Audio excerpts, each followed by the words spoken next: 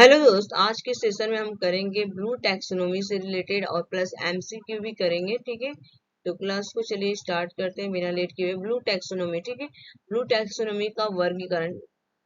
इनका पूरा नाम अगर पूछ लिया जाएगा कि नाम क्या था ब्लूम का, तो आप बताएंगे बेंजामिन। ठीक है, बेंजामिन ब्लूम ये कहाँ के रहने वाले थे? तो ये अमेरिका के निवासी थे। ठीक है, इन्होंने शैक्षिक उद्देश्य लर्निंग ऑब्जेक्टिव को वर्गीकरण किया था। ठीक है, कितने भागों में वर्गीकृत विभाजित किया था? ठीक है, क्लासिफाई किया था। तब बताएंगे कॉग्निटिव डोमेन, जिसे हम ज्ञानात्मक पक्ष कहते हैं। उसके बाद सेकेंड आता है भावात्मक पक्ष, अफेक्टिव डोमेन, और लास्ट आता है थर्ड वाला आपका क्रियात्मक पक्ष। ठीक है, साइको मोटर डोमेन। ठीक, उसके बाद हम नेक्स्ट चलते हैं, इनको एक एक करके देखेंगे। तो सबसे पहले देखिए ज्ञानात्मक आ चुका आप लोग के सामने।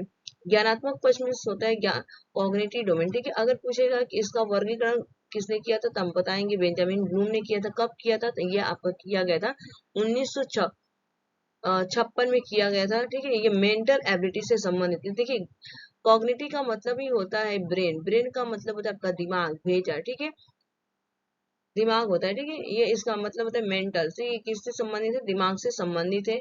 ठीक, इसके उद्देश्य को सरल से कठिन और शिक्षण अधिगम के निम्न स्तर में लो लेवल से उच्च स्तर या हाई लेवल। ठीक है, निम्न स्तर से लेके आपके हाई स्तर या लो लेवल से लेके हाई लेवल तक ले जाना, इसका मेन मतलब होता है कि इसका ज्ञानात्मक पक्ष का, जिसे कॉग्निटिव। और ये किसने दिया था? तब बताएंगे कि ब्लूम ने दिया था। कब दिया था? 1956 में दिया गया था।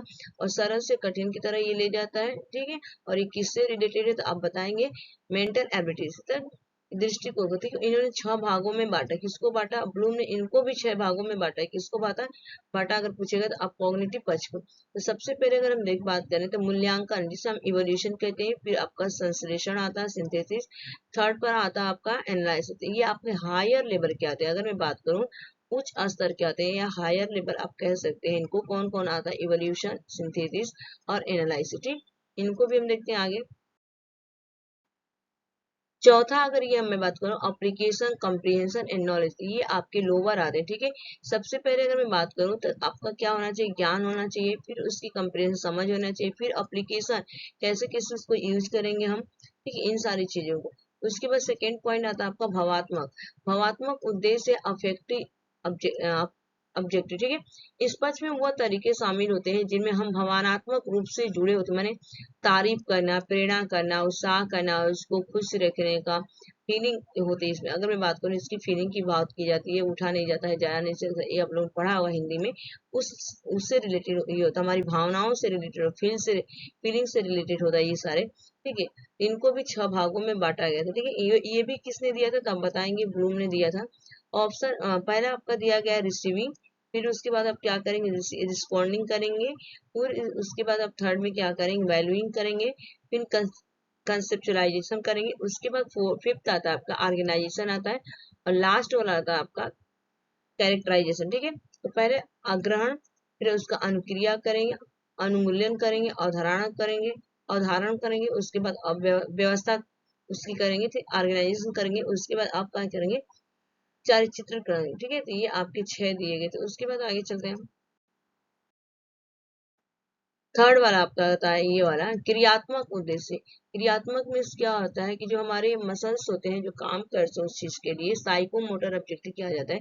जैसे कि हमारे शरीर के मोटर्स जो होते हैं, कोई काम करने वाला, जिसमें मैं अभी बताई हूँ आपको, सारे हलचल होते हैं। ठीक है, हमारे कोई भी काम करते हैं तो हाथ पैर का यूज करते हैं, आंख का यूज करते हैं, तो मैं अपने हाथ का यूज करेंगे ना। इनको भी हमें 6 भागों में बांटा गया है। ठीक है, इस पक्ष को 6 भागों में बांटा गया। सबसे पहले आपका स्टिमुलेशन होना चाहिए, उत्तेजन होना चाहिए। फिर उसके बाद आपका क्या होना है? मैनिपुलेशन, कार्यवाही होना चाहिए। और थर्ड में उसको कंट्रोल करना होना चाहिए। फोर्थ में आपको समायोजन करना चाहिए, कोऑर्डिनेशन। आप बोलते हैं ना कि आई से आई बात करो, फेस टू फेस बात करो, आई कांटेक्ट बना के कोऑर्डिनेट करके। फिर उसके बाद नेचुरलाइजेशन, स्वाभाविकरण से होना चाहिए। फिर उसका हैबिट डेवलप फॉर्मेशन करना चाहिए। ठीक है, उस चीज को करने के लिए हैबिट। ये आपके 6 थे। ठीक, उसके बाद चलते हैं next। ये क्वेश्चन फर्स्ट आप लोग की स्क्रीन पर आ चुका है। राइट आंसर बताइएगा। निम्नलिखित में से कौन सा प्रश्न विश्लेषण एवं मूल्यांकन जैसी उच्चतर संज्ञानात्मक कौशल का आकलन करता है? विच of the following questions test higher order thinking skills such as analyze and evaluation? Option first दिया गया, अपने क्षेत्र में आप निजी और सार्वजनिक स्वास्थ्य सेवाओं के बीच क्या अंतर पाते हैं? क्यों? बिल्कुल सही है, तो राइट आंसर यही इसका करेक्ट आंसर हो जाएगा। ठीक, उसके बाद चलते हैं नेक्स्ट। क्वेश्चन नंबर सेकेंड आ चुका है। ठीक, क्वेश्चन नंबर सेकेंड आ चुका है। बताइए आंसर, तब तक मैं अपने चैनल का नाम लिख दूं, लोगो लगाना नहीं लगा पाती हूँ। विकास के किस क्षेत्र का संबंध बौद्धिक सामर्थ्यों जैसे कि ध्यान, स्मृति, समस्या समाधान, कल्पना और रचना करने से?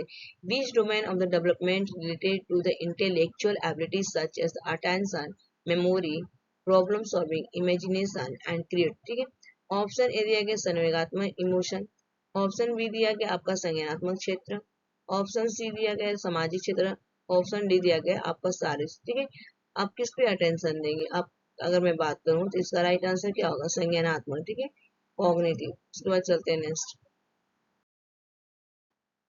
निम्न में से कौन सा कौशल उच्च श्रेणी चिंतन नहीं? पूछा गया है कि which of the following is not higher order thinking, पूछा कौन सा नहीं। ऑप्शन ए दिया एनालिसिस भी है आपका, यहाँ पे अगर मैं बात करूं, और इवोल्यूशन भी है, क्रिएशन भी है, लेकिन आपका रिकॉल करना नहीं होगा। ठीक है, रिकॉल करना आपका लोअर वाले में आएगा, प्रत्यास्मरण। D is the right answer, fourth वाला। ब्लूम टैक्सोनॉमी, ठीक है, टैक्सोनॉमी डैश की पदानुक्रमिक व्यवस्था। ब्लूम्स टैक्सोनॉमी इज हियरार्ची और ऑर्गेनाइजेशन ऑफ डैश। ठीक, ऑप्शन ए दिया गया आपका संज्ञानात्मक उद्देश्य, ऑप्शन बी दिया उपलब्धि लक्ष्यों, ऑप्शन सी दिया पाठ्यचर्या संबंधित घोषणा, ऑप्शन है रीडिंग स्किल। इसका राइट आंसर क्या होगा? संज्ञानात्मक उद्देश्य। ठीक है, आपका ए इज करेक्ट, फर्स्ट वाला। नेक्स्ट चलते हैं। निम्नलिखित कक्षा थर्ड की पाठ्य पुस्तक में से एक समस्या, निम्नलिखित समस्या को हल करने के लिए कौन सी गणितीय संक्रिया का प्रयोग किया जाएगा? एक दूध वाला 10 दिन में 14-10 लीटर दूध बेचता है, वो एक दिन में कितने लीटर दूध बेचता है? उपयुक्त सवाल में ब्लूम के संज्ञानात्मक क्षेत्र की दक्षता की ओर संकेत करता है। ऑप्शन ए दिया गया, यहाँ पे अगर मैं बात करूं सिंथेसिस, बिल्कुल नहीं, नॉलेज की बात की गई है। ठीक है, नॉलेज होगा इसका राइट आंसर, सेकेंड वाला ज्ञान। नेक्स्ट चलते हैं। उद्देश्य इस उद्देश्य इस इकाई के पूर्ण होने पर शिक्षार्थी कहानी की मुख्य घटनाओं को व्याकरण शुद्ध रूप में संचित कर सकेंगे। यह किस ज्ञानात्मक उद्देश्य से संबंधित है?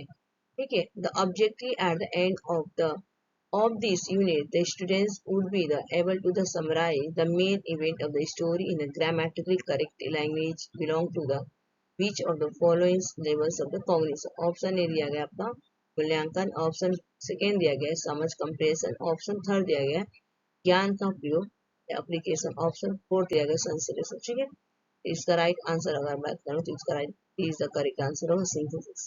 नेक्स्ट चलते हैं। व्यवहार करना तथा डैश में आता है the doing aspect of the behaviour for in the. ठीक है, व्यवहार करना, चार ऑप्शन दिए गए।